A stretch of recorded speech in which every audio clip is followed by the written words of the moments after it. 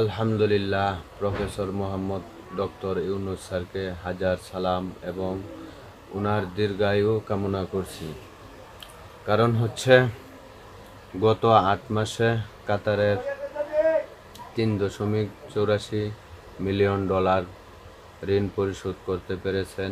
বিগত স্বৈরশাসক শেখ হাসিনা করে গেছিল, দেশে লুটপাট অর্থগুলো ধ্বংস করে গিয়েছিল।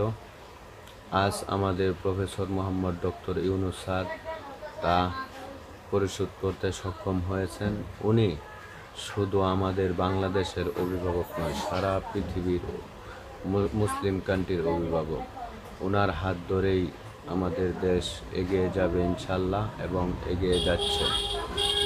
ওনাকে আমরা 5 বছর নয়, 10 বছর নয়, যতদিন উনি বেঁচে থাকে ততদিন ওনাকে আমাদের দেশের ক্ষমতায় দেখতে চাই ইনশাআল্লাহ।